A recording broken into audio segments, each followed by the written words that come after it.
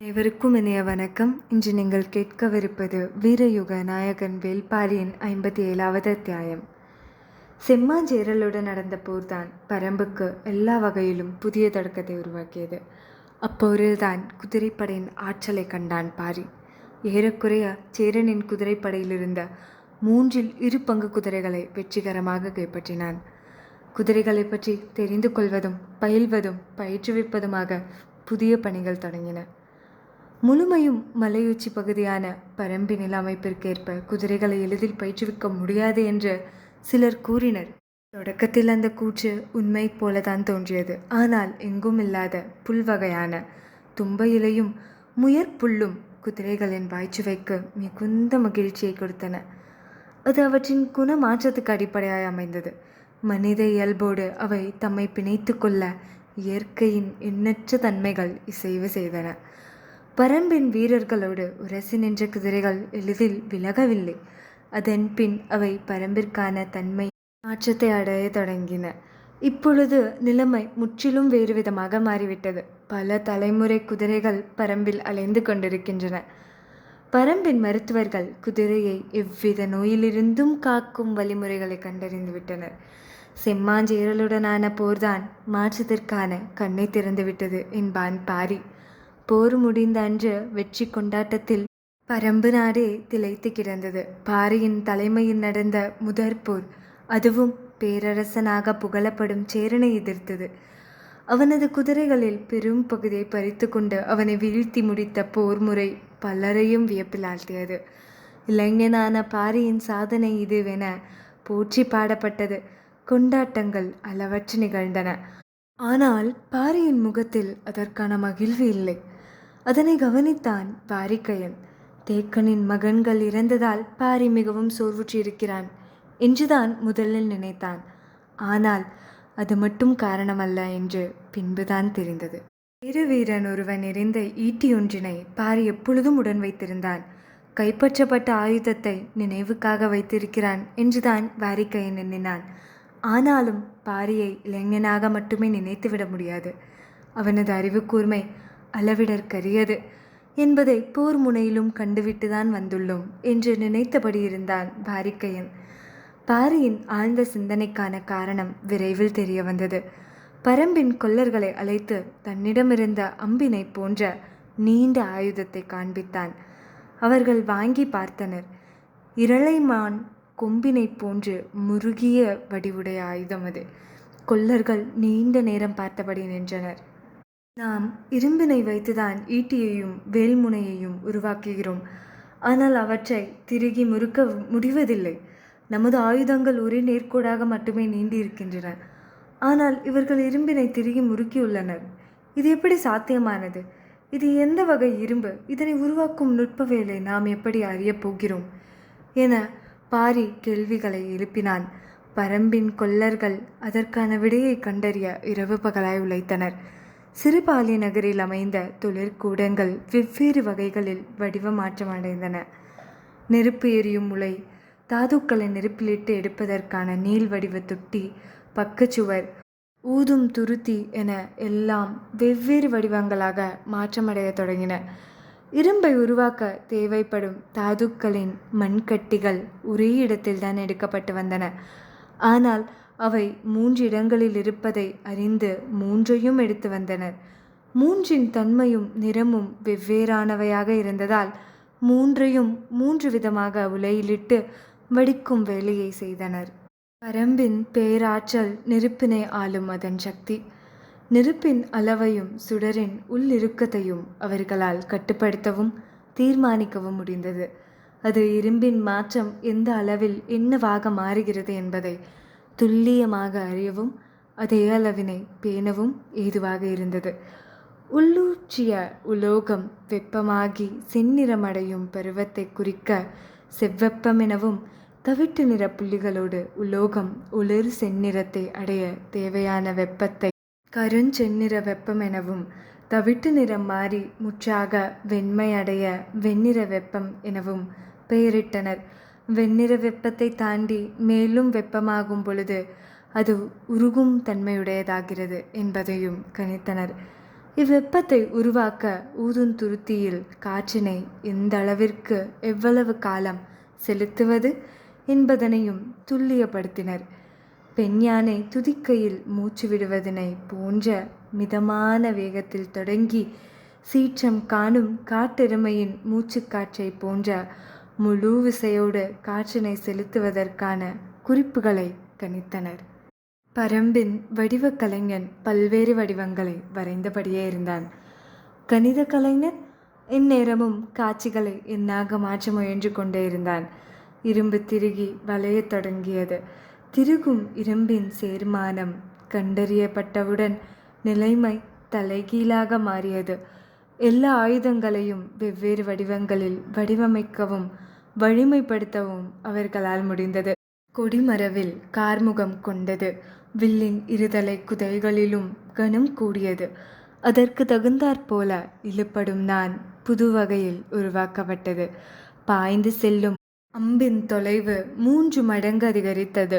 கூர்வாலும் சிறுவாலும் ஈர்வாலும் கைவாட்களாக மாறின. கழுமுற்றூலம் ஏந்தி வாரிக்கை நின்றதை பார்த்த பொழுது காடே நடுங்கியது. ஆயுதங்களின் கூர்முனையும் ஆற்றலும் அளவிடற்கரியனவாக பரிணமித்தன.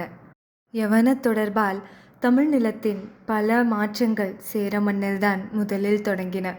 வலிமை மிகுந்த குதிரைகள் தொடங்கி வலிமையான போர் ஆயுதத்துக்கான பொறிகள் வரை பலவும் சேர மண்ணில் காண கிடைத்தன. சேரனுடனான பெரும் போரில் பரம்பு வெற்றி பெற்றதால் அவற்றுள் பலவும் பரம்புக்கு அறிமுகமாயின.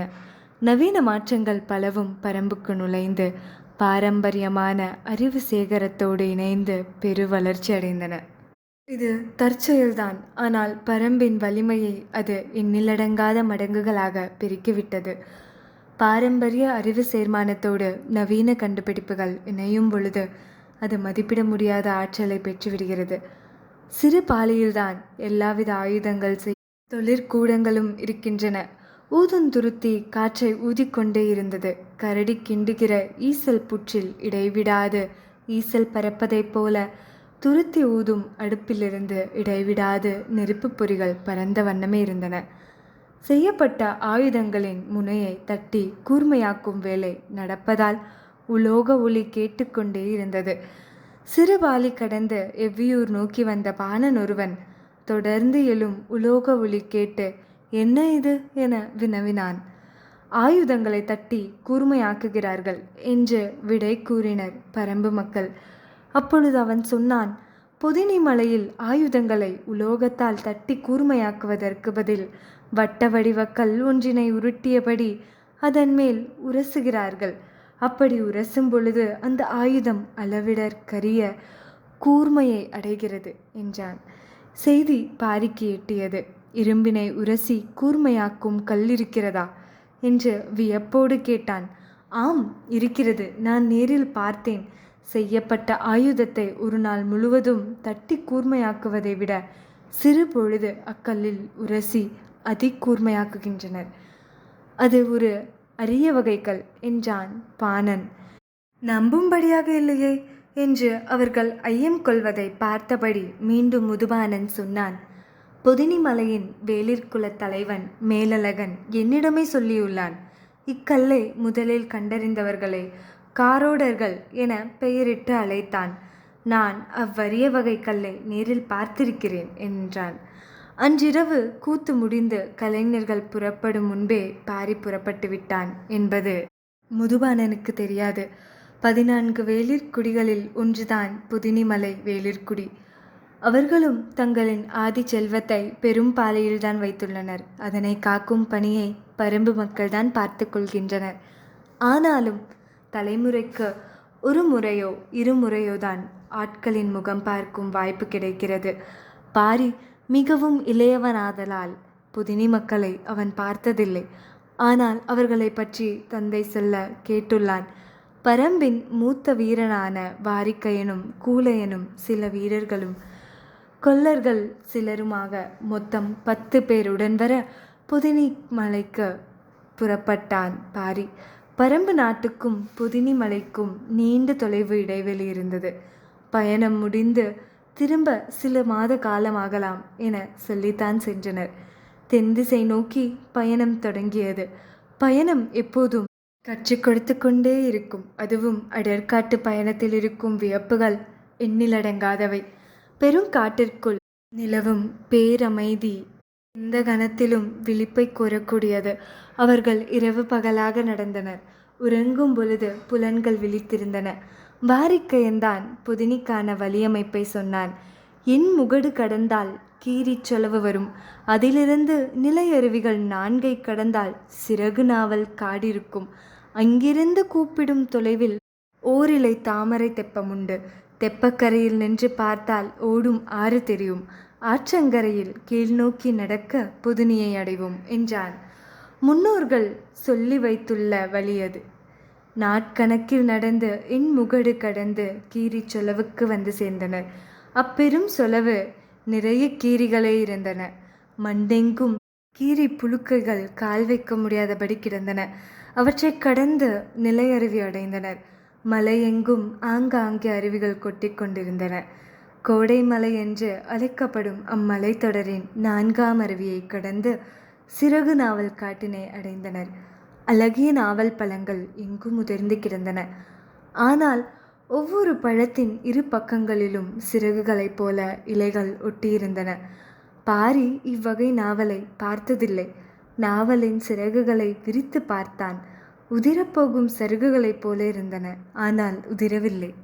வாரிக்கையன் சொன்னான், பழங்கள் மரத்தில் இருக்கும் வரை விரிந்த சிறகுகளைப் போல இவ்விரண்டு இலைகளும் பழத்தையொட்டி விரிந்திருக்கின்றன. உதிரும் பொழுது கீழே விழுந்து பழம் தெரித்து விடாமல் இருக்க இயற்கை செய்த ஏற்பாடிது.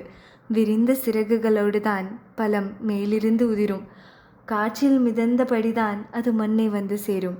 அதனால் பழம் அடிபடாது. அதன் பிறகுதான் இலைகள் காயத் தொடங்குகின்றன. ஆனாலும் ஒரு பொழுதும் இவ்விலைகள் பழத்தை விட்டு உதிராது என்றான். பாரி வியப்போடு அதனை பார்த்தான். வாரிக்கையன் சொன்னான், காற்றடி காலத்தில் இப்பழம் மரத்திலிருந்து உதிரும் பொழுது நேராக கீழே விழாமல் நீண்ட தொலைவு காற்றோடு போகிறது. இதன் இலையமைப்பு எளிதில் தரையிறங்க விடாது. காண்போர் இதனை பறக்கும் பழம் என்று சொல்வர் என்றார். பாரி வியப்பு குறையாமல் கேட்டுக்கொண்டிருந்த பொழுது கூலையன் சொன்னான், என் கிழவன் இந்த பழத்தை பற்றி ஒரு கதை சொன்னான். இது பெண் பழம் என்றும் இறகு கொண்டு மூடி தன்னை எப்பொழுதும் பாதுகாத்து கொள்ளும் என்றும் பெரும்பாலான பழங்கள் இரவில்தான் உதிரும் என்றும் முழு நிலா இரவில் காற்றில் பறக்கத் தொடங்கும் இப்பழங்கள் பொதினியின் குலமகளை எந்நேரமும் மொய்த்து கிடக்கின்றன என்றான். நம்பும்படியாகவா இது இருக்கிறது என்ற கேள்வி எல்லோர் மனதிலும் உதித்தபடிதான் இருந்தது. சிறகு முளைக்கத் தொடங்கும் சிறு குருவி போல உதிர்ந்து கிடக்கும் சிறுநாவலின் அழகை நீண்ட நேரம் பார்த்து மகிழ்ந்தான் பாரி. அவர்கள் தொடர்ந்து நடந்தனர். வாரிக்கையன் சொன்னான், புதுனியில்தான் மிக அதிக மருத்துவ குடிகள் இருக்கின்றனர். எண்ணற்ற தாவரங்களையும் தாதுக்களையும் அறிந்து அதனை மருந்தாக மாற்றியுள்ளனர். அனைவரும் அதனை வழிமொழிந்தனர். வேளிர் கூட்டத்தில் மருத்துவ அறிவின் உச்சம் கண்டோர் புதுனி வாழ் வேளிர்களே என்று முன்னோர் சொல் கேட்டுள்ளதாக கூலையன் சொன்னான். பேசியபடி ஊரிலை தாமரை தெப்பத்தை கடந்து ஆற்றினோரம் இறங்க தொடங்கினர். கீழே இருந்த சிறு குன்றில் குடில்கள் இருப்பது தெரிந்தன. இரவு இங்கே படுத்துறங்கி காலையில் எழுந்து அக்குன்றில் நோக்கி நடப்போம் என முடிவு செய்தனர். உறங்கும் இரவுகளில் கனவுகளை நிறுத்தும் வல்லமையை மனிதன் ஒரு பொழுதும் பெற்றுவிட முடியாது. பழங்கள் பறப்பது நம்பும்படியாகவா இருக்கிறது என கேட்ட பாரியின் கனவில் பழங்கள் பறந்து கொண்டிருந்தன. அவை புதினியின் குலமகளை அடையுமா என்ற அவன் எண்ணிக்கொண்டிருந்த பொழுது காலடியோசை கேட்டபடி இருந்தது. யாரோ நம்மை சுற்றி நிலை கொண்டிருக்கின்றனர் என்பதை பாரி உணர்ந்தான். ஆனாலும் அசைவின்றி படுத்திருந்தான். பொழுது விடியும் பொழுது புதினி வீரர்கள் ஆயுதங்களோடு சூழ்ந்திருந்தனர். எழுந்து உட்கார்ந்தான் பாரி. சற்று முன் எழுந்த வாரிக்கையன் அவர்களோடு பேசிக்கொண்டிருந்தான். பாரி கேட்டான், நள்ளிரவே வந்துவிட்டீர்களே, ஏன் அமைதி கொண்டே நின்றீர்கள் என்றான். கடம்ப மரத்தில் அடிவாரத்தில் வேலூன்றி படுத்திருப்பவர்களை நாங்கள் தாக்க முடியாதே. காப்பதுதானே எங்களின் கடமை என்றான் வந்துள்ள வீரன். கடம்ப மரம் முருகனின் உறைவிடம். அம்மரத்தின் அடிவாரத்தில் படுத்துறங்குபவர்கள் யாராக இருந்தாலும் அவர்களை காப்பது வேளிர்களின் கடமை. பரம்பின் மக்கள் அங்கு படுத்துறங்கியதும் புதினி வீரர்கள் அவர்களை காத்து நின்றதும் வேளிர் குலங்களின் காலாகாலத்து பழக்கம். வந்துள்ளது யார் என விசாரித்துவிட்டு புதினி தலைவன் மேலழகனுக்கு செய்தி சொல்ல வீரர்களோடினர். வேல்பாரி வந்துள்ளான் என்ற செய்தி சொல்லப்பட்டது. சிம்மாஞ்சேரலுடனான போர் பாரியின் பெயரை நிலமெங்கும் கொண்டு போய் சேர்த்துவிட்டது. புதினி தலைவன் மேலழகன் பாரியை எதிர்கொண்டு வரவேற்க மலையேறி வந்தான். புதினி தலைவனுக்கு கொடுப்பதற்காக பரம்பின் ஆதிக்கல்லான ஆலப்பனை கல்லினை மூங்கிற் நிறைய எடுத்து வந்திருந்தனர். எதிர்வந்த மேலழகனோ புதினியின் பூர்வீக கல்லான ஐஞ்சுவை கல்லினை கொடுத்து வரவேற்றான். நான் நினைத்ததை இளைஞனாகவும் மாவீரனுக்குரிய உடல் தகுதியோடும் பாரி இருக்கிறான் என்று மேலழகன் புகழ் மாலை சூடியபடி இருந்தான். வரவேற்பும் விருந்துமாக பின்வந்த நாள்கள் கழிந்தன.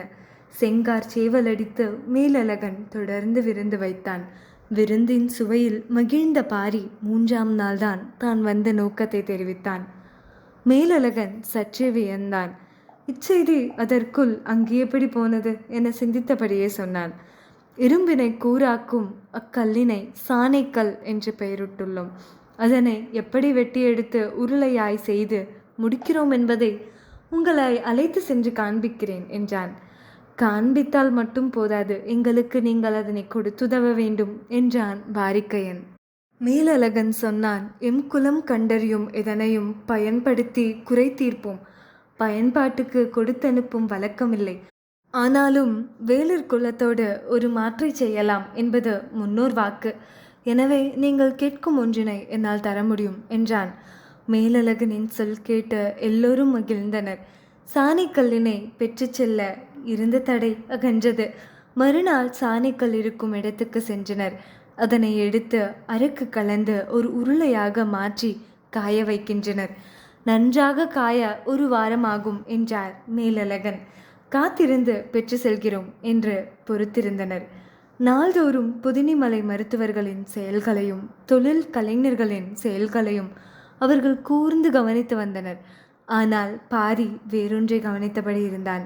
வந்த அன்றே மேலழகன் மகள் ஆதினியை பார்த்து விட்டான். ஆனால் பாரியின் கவனம் முழுவதும் சாணைக்கல்லின் மீதே இருந்ததால் வேறு பக்கம் திசை திரும்பவில்லை. பலமுறை ஆதினியின் கண்கள் பாரியை கடந்து போக முடியாமல் தவித்ததை மற்றவர்கள் பார்த்தனர். சாணைக்கல்லினை தருவதாக மேலழகன் சொன்ன பின் பாரிக்கு வேறு சிந்தனையின் பக்கம் எண்ணங்கள் போக தொடங்கின. ஆனால் அதன் பின் ஆதினி பாரியின் பக்கம் திரும்பி கூட பார்க்கவில்லை. ஏன் இந்த மாற்றம் என்று அவள் தோழிகளுக்கு விளங்காததைப் போலவே பாரிக்கும் விளங்கவில்லை. சற்றே குழப்பத்தில் தான் இருந்தான் பாரி. அவள் தன்னை தவிர்க்க தொடங்கிய பிறகுதான் அவளை பார்த்தாக வேண்டும் என்ற வேட்கை அதிகரிக்க தொடங்கியது. ஆதினியோ அவன் கண்ணீர் படாமல் கடந்து கொண்டிருந்தாள். அவள் தவிர்க்கும் கணமெல்லாம் தவிப்பு மேலெழுந்தபடி இருந்தது. பாரியை தவிர மற்ற அனைவரும் பக்கத்தில் இருந்த மருத்துவ குடியிருப்புக்கு போயிருந்தனர். வாரிக்கையனும் கூலையனும் ஆளுக்கு ஒரு பக்கமாக போய் பார்த்து வருவோம் என்று சொல்லி 2 கூறாக பிரிந்து சென்றனர். கூலையன் போன திசையில் எரியும் நெருப்பின் மேல் சிரட்டையை வைத்து அதில் நீரூற்றி மருந்தினை காய்ச்சி கொண்டிருந்தார் மருத்துவர். அதனை பார்த்த கூலையனுக்கும் மற்றவர்களுக்கும் பெரும் வியப்பாக இருந்தது. நெருப்பில் சிரட்டை எரியாமல் எப்படி இருக்கிறது, நீர் எப்படி கொதிக்கிறது என கேட்டனர். அம்மருத்துவர் சொன்னார், பிரண்டையின் மேல் சிரட்டையை நன்றாக தேய்த்து காய வைத்து விட வேண்டும். பின்னர் சிரட்டையை பக்குவமாக சிறு நெருப்பிலை வைத்தால் சிரட்டை எரியாது, உள்ளே இருக்கும் நீர்தான் கொதிக்கும் என்றார். பிரண்டை நெருப்பை கடத்தும் ஆற்றலோடு இருப்பதை அம்மருத்துவன் எளிய முறையிலே சொல்வதை வாய்ப்பிழந்து கேட்டுக்கொண்டிருந்தனர் கூலையன் கூட்டத்தினர். வாரிக்கையனோடு போனவர்கள் அவ்வூர் முழுவதும் சுற்றி வந்து ஒரு கூடிலில் உட்கார்ந்தனர். தாகமாக இருந்ததால் குடிக்க நீர் கேட்டான் ஒருவன். உள்ளிருந்த பெரியம்மா ஒருத்தி, சிறிது பொறுப்பா, எலிக்கு தீனி வைத்து விட்டு வருகிறேன் என சொல்லி உள்ளே போனாள். இவர்கள் உட்கார்ந்திருந்த இடத்தின் ஓரம் பெரும் பூனை ஒன்று நின்று கொண்டிருந்தது. பூனை இருக்கும் இடத்தில் எப்படி எலிக்கு தீனி போடுவாள் என குழம்பிக் கொண்டிருக்கையிலே கை நிறைய பயிர்களை எடுத்து வந்து வாசலோரும் தூவிவிட்டாள். செடி கொடிகளில் இடுக்குகளில் இருந்து 7-8 எலிகள் வந்து அதனை மேயத் தொடங்கின. பூனை அவற்றின் மீது பாயப்போகிறது என நினைத்து சற்றே பதற்றத்தில் வாரிக்கையனும் மற்றவர்களும் உட்கார்ந்திருந்தனர். ஆனால் பூனை எதுவும் செய்யாமல் அப்படியே இருந்தது. வாரிக்கையன் பேரெதிர்ச்சிக்கு உள்ளானான். எலியை விரட்டி பிடிக்காத பூனை எப்படி இருக்க முடியும்? அவனால் நம்பவே முடியவில்லை. மேலும் கீழுமாக பார்த்து விழித்து கொண்டிருந்தான். பெரியம்மா குவளையில் தண்ணீர் கொண்டு வரும்பொழுது வாரிக்கையன் கேட்டான், இந்த பூனை ஏன் எலியை பிடிக்காமல் உட்கார்ந்திருக்கிறது என்றான். இதென்ன கேள்வி? அந்த பூனைக்கு அருகில் இருப்பது என்ன செடி என்றாள். வாரிக்கையனும் மற்றவர்களும் அந்த செடியை உற்று பார்த்தனர். அவர்களால் அது என்ன செடி என கண்டறிய முடியவில்லை. அவர்கள் விழிப்பதை பார்த்தே அவள் சொன்னாள், அது பூனை வணங்கி என்று. அவர்களுக்கு அப்பொழுதும் புரியவில்லை. அந்த செடியின் வாசனை பட்டால் சிறிது நேரம் பூனைக்கு மயக்கம் வந்துவிடும். அதனால் எதுவும் செய்ய முடியாது, அப்படியே உட்கார்ந்துவிடும். எலிக்கு தீனி வைக்கும் முன் பூனைக்கு அந்த செடியின் அடிவாரத்தில் சிறிது உணவு வைத்தால் போதும். தின்று முடித்தவுடன் மயங்கி உட்கார்ந்துவிடும். அப்பொழுது எலிகளுக்கு உணவிட்டால் அவை வந்து மேய்ந்து விட்டு போகின்றன என்று சொல்லி சென்றாள். வாரிக்கையனுக்கும் மற்றவர்களுக்கும் வாய்ப்பேச எதுவும் இல்லை. ஊர் விட்டு வெளியேறி அவர்கள் வந்த பொழுது கூலையனும் மற்றவர்களும் வந்து கொண்டிருந்தனர். யாரும் யாருடனும் பேச்சு கொடுக்க கூட ஆயத்தமாக இல்லை. பேசாமல் வந்தனர். சரி, பாரியை பார்த்து அடுத்து ஆக வேண்டிய வேலையை பார்ப்போம் என முடிவு செய்து பாரியை தேடி வந்தனர். சிற்றோடைக்கரையில் இருந்த செண்பக மரத்தின் அடிவாரத்தில் பாரி அமர்ந்திருந்தான். அவர்கள் வரும் பொழுதுதான் ஆதினி பாரியின் அருகிலிருந்து விலகி போனாள்.